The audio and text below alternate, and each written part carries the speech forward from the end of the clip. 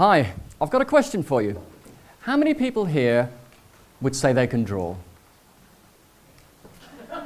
Well, I think we've got about 1 or 2% of the hands going up. And it's interesting, isn't it? It's a little bit like people think of spelling or singing.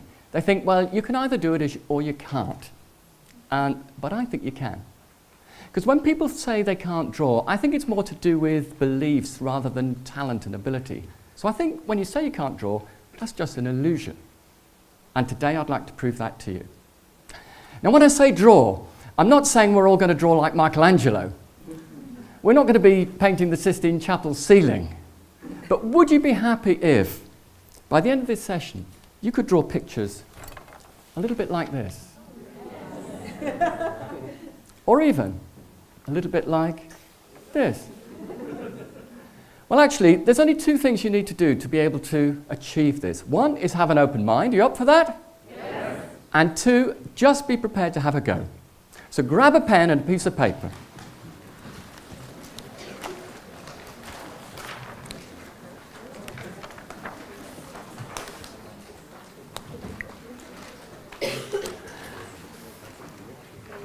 Okay, so here's how it's going to work. I'll show you the first cartoon we're going to do, so just watch to begin with. Here we go. Just watching.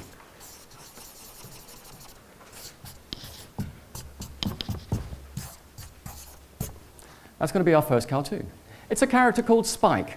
So I'd like you to draw along with me. So I'll draw the first line, you draw, and when you've done that, look up, and I know you're ready for the next line. Okay, here we go. Start with the nose. Now, the eyes, they're like 66s or speech marks.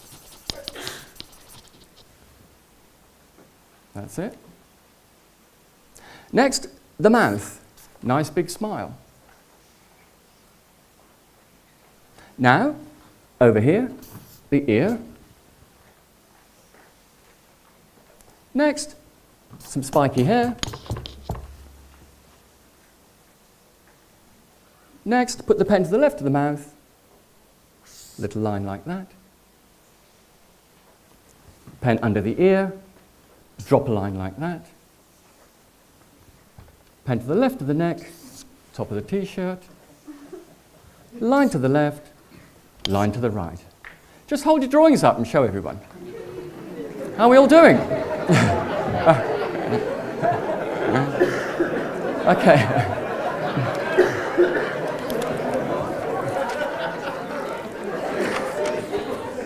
Okay, fantastic. So, it looks like you've just learned to draw one cartoon, but you've actually learned more than that. You've learned a sequence that would enable you to draw hundreds and thousands of different cartoons, because we're just going to do little variations on that sequence. Have a go at this. Draw along with me. Nose.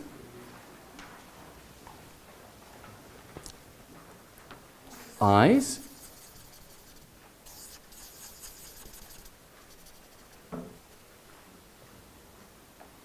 Smile.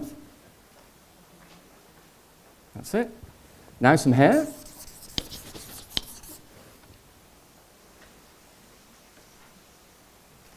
Pen to the left of the mouth. Under the hair. A little V shape for the top.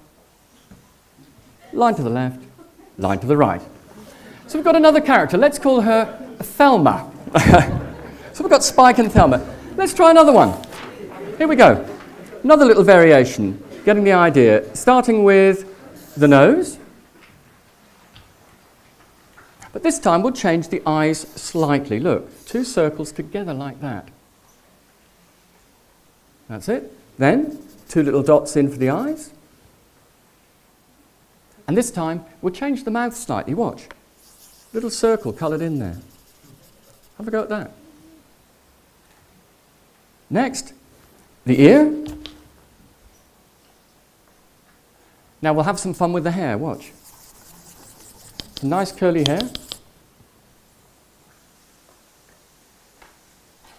Then same thing, pen to the left of the mouth, little line like that. Under the ear, drop a line, top of the t-shirt, line to the left, line to the right. I think we'll call him Jeff. We'll do one more. One more go. Here we go. You're getting the idea. So we'll start with a nose again. Notice we're doing little variations. Now we'll change the eyes so we've got them apart, and we'll put some little dots in like that. Next, the mouth's slightly different. Let's put a little V shape like that. Triangle. And a little line across, and we'll just colour this little bit in. Now watch this bit carefully. Some hair. Watch. Here we go. A little line like that. Next, a bit more there. And watch, a couple of triangles to make a little bow. Triangle at the bottom, rest of the hair. Pen to the left of the mouth again. You get the idea. Drop a line for the neck. Another V shape. Line to the left, line to the right. There we go. Let's call her Pam. So you've done 4 cartoons. You can have a little rest now. Take a rest. You're getting the idea. All we're doing is little variations. We could go on, I'll just demonstrate a couple to you. We could go on all day, couldn't we? You could do someone looking unhappy, a bit like that. Or you could experiment with perhaps someone who's, just draw a straight line. Someone looking a bit fed up, or perhaps you could do anything you like, really. Just try things out. Look at this. Little squiggle. There we are. So all sorts of things we can do. Actually, one more I'll let you do. One more idea. This is a great little technique. Have a go at this. People with glasses on. Just draw a nose a bit like spikes. Next, draw some frames, so 2 circles like that with a little bit in between. Now, just put some dots inside for the eyes like that. Next, the ear, so it's a little bit like we did before.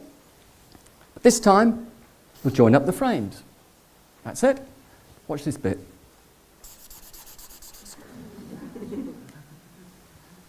And this bit I really like. Watch. And then, a little bit there, pencil under the moustache, line down, top of the shirt, left and right. So there we have it. We could carry on, couldn't we? Hopefully we've done enough to convince you that, in fact, we can all draw. And not just people here. I've worked with, I'm going to give you 3 examples of other people who've learned to draw, and I actually surprised them too. And I'm going to save what I think is my favourite, most surprising example until last. The first example is I've worked a lot with children and students in schools. And actually the little ones, they just draw fine, but when they get to about 15 or 16, most of them think they can't draw.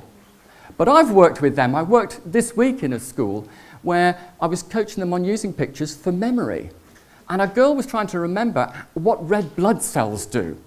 And she drew this little picture of a red blood cell carrying a handbag with O2 on it to remind her that the red blood cells carry oxygen to all parts of the body. That was a great one. The other people I've worked with is many adults in all walks of life, and particularly in business, and they often will want to make presentations memorable. So again, a quick cartoon or a sketch could be really good for that. And again, most people think they can't draw, but take this example. A couple of wavy lines. Little boat. Could be a metaphor to represent we're all in this together. So that, if that was just drawn in a presentation, would really stay in the memory, wouldn't it? Yeah. But the third example is, you shouldn't have favourites really, should you? This is my favourite. Have you ever been at a party when someone asks you what you do? I get a bit sceptical when people ask me that. And this lady said to me, I do a bit of training and I teach people to draw. And she said, would you come along and do some for our group? She said, I work with some people, she was a volunteer, a group of people who've suffered strokes. So I said, well, I'm sure I could, spare some time for that. So I said I would, and I booked a time in. Have you ever done that? And you get nearer the time and you think, what have I let myself in for here? Will I be able to do it? I thought, what could I do with them, you see? So I know, I'll do my cartoon drawing, they'll like that. But then as I got nearer the time, I got more and more apprehensive, because then I was thinking, well, I've worked with children, I've worked with all sorts of adults, I've never worked with a group like this. And it turns out it was all part of a charity called Talk. And this Talk charity is a wonderful charity that helps people who've suffered strokes but have a particular condition known as aphasia. You might have heard of aphasia, sometimes called dysphasia. And the key thing is, it affects their ability to communicate. So, for example, they might have trouble reading, writing, speaking, or understanding. And it can be quite an isolating condition. It can be very, very frustrating and can lead to a loss of confidence. Anyway, so I prepared all this stuff, went to do this session for a couple of hours, tea break in the middle, and I got more apprehensive. But actually, I needn't have worried, because I'm going to show you now the work that they did. And it was one of the best things I've ever done. I'm going to show you the first slide. And I taught them Spike, just like I did for you. And I want you to see the reaction on their faces when they did this. What you can see here are two of the stroke recoverers on the left and right, and one of the volunteer helpers in the centre. And each stroke recoverer, there are about 36 in the room with volunteers as well. There's one-to-one helpers. And you can just see the delight on their faces, can't you? Let's look at another picture. This is a gentleman called David. And he's holding up his picture, and you can tell it was the picture of Spike, can't you? In fact, I think he's drawn Spike even better there. But what I didn't realise until even after the session was that a number of the people in this session, including David, were drawing with their wrong hand. David's stroke meant that it affected the right side of his body, and he drew with his left hand, as many did. Nobody mentioned it to me. Nobody complained. They just got on with it. And it was an inspirational session for me. It was quite a humbling session, one of the best things I felt I've ever done. And at the end of it, I had a lovely email from Dr. Mike Jordan, and he's the chair of the Talk group, happens to be a medical doctor, he's the chair of the group. And he wrote to me, and I'm quoting, he said, our recoverers learned today that they can draw. He said, but more than that, this sort of activity really builds their confidence. So I was happy, he was happy, everyone was happy. They've invited me back again, and I go in there now about every 3 or 4 months. So it's great. So I thought that was a lovely example to share. Fancy one more drawing? Yes. Here we go. Grab your pens. Here we go. Right, I'm going to get you to draw someone that you would recognise. So, start with a big nose, a bit like Spike's. Next, we'll do some eyes. And you might be thinking, this is also a bit like Spike. Watch the next bit.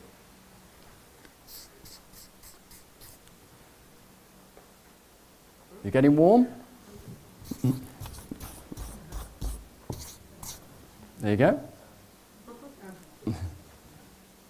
Little line down there. Down here. Little V shape. Line to the left, line to the right. Then you've got Albert Einstein.